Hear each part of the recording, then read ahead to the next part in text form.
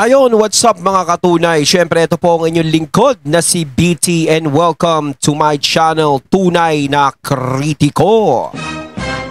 Ayan, siyempre, nagkaroon ulit tayo ng survey sa kalye survey.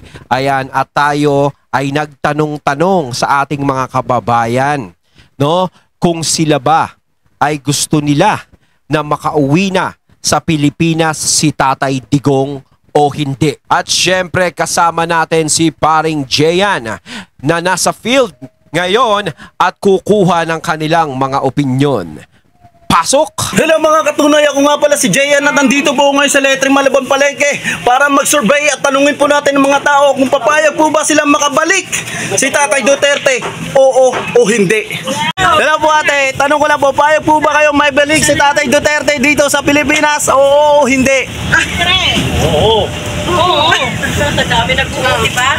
Bakit po? Siyempre, Pilipino siya eh. So, dapat maibalik siya dito. Dito siya nabilog. Okay. Sa iba. Okay po, salamat po sa opinion, te. Hello po. Tanong ko lang po, te, payag po ba kayo maibalik si Tatay Duterte dito sa Pilipinas, oo o hindi? Oo, kasi taga rito siya eh. Ano naman karapatan kung magbawan? Okay, thank you po sa opinion, te. Hello po, tanong ko lang po, payag po ba kayo maibalik si Tatay Duterte dito sa Pilipinas, oo o hindi? Oo. Bakit po? Eh, kasi naman siya yung, para sa akin ha, siya yung pinaka-the best na president. At magaling na president. Oo. Salamat po sa opinion, te. Hello po ate, tanong ko lang po, payag po ba kayo maibalik si Tatay Digong dito sa Pilipinas? Opo, dahil maganda ang pamamalakad ni Digong.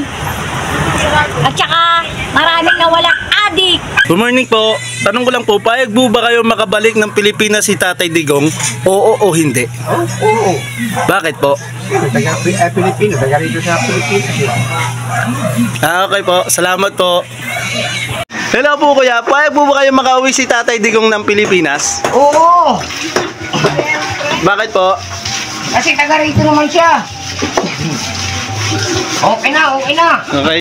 Hello nanay, Ay. tanong ko lang po, payag po ba kayo makauwi ng Pilipinas si Tatay Digong? Ayun, gusto ko siya muna dito kasi ang laki ng itinulong niya. Nawala na yung mga adik lahat na to, mababait kahit saan sulok, walang adik. Hindi katulad kayo, matakot ka na lumabas dahil marami naging soldater simula nung nawala siya rito. Salamat po sa opinion. Hello po ate, tanong ko lang po, payag po ba kayo may balik si Tatay Duterte dito sa Pilipinas, oo o hindi? Oo. Bakit po? Kasi, yung mga tao kasi, ano sa kanya eh, maraming gusto na bumalik dito siya. Okay po, salamat po sa opinion po ate. Hello po kuya, tanong ko lang po, payag po ba kayo bumalik ng Pilipinas si Tatay Digong? Eh, pwede yun. Taga Pilipinas yun eh. Eh, talagang pwede yun. Dahil kumbaga ano, sa akin, okay siya. Sa iba, ayaw mo okay. Pero sa akin, dahil wala siya sa akin, masama na ginawa, kaputihan para sa akin ang nagawa sa akin, ay magpapasalamat ako sa Diyos kung pababalikin sila o pababalikin siya. Kaya salamat sa Diyos na maraming nag-ano. Oo. Hello po kuya, tanong ko lang po, payag po ba kayo makauwi ng Pilipinas si Tatay Digong? Siyempre, una sa lahat, maraming na ano yan. Maraming natulungan yan. Ang kailangan talaga makakano yan. Kailangan makauwi ang Pilipinas yan. Kasi hindi naman para sa kanya yan eh. Yung Pilipinas yan, hindi na para ipano pa sa ibang bansa. Una sa lahat, pag marami ka kasi natutulungan, mas marami kasing babato nila na kasalanan sa iyo. Kaya dapat talaga mapauwi yan. Pauwi na dapat yan. Taga Pilipinas yan, hindi naman taga ibang bansa yan. Ayun lang. Hello po, tanong ko lang po, payag po ba kayong may balik si Tatay Duterte dito sa Pilipinas? Oo o hindi? Oo, syempre. Tsaka solid siyang naging presidente ng bansa. Kaya pahig na pahig ako. Tsaka nakakontrol niya lahat ng mga masasamang tao. Siyempre. Hello po.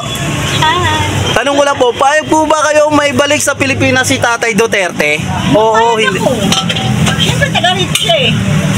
Hello po, tanong ko lang po, payag po ba kayo makauwi ng Pilipinas si Tatay Digong? Payag na payag po. Bakit? Taga rito po siya eh. Pilipinong-Pilipino po siya. Gusto ko po na para kasiyahan din ng buong Pilipinas na yung mga tao na tutuwa sa kanya. Okay, salamat po. Hello po ate. Tanong ko lang po, payag po ba kayo may balik si Tatay Duterte dito sa Pilipinas? Oo, hindi. Yes. Oo and yes. Why not? Bakit po?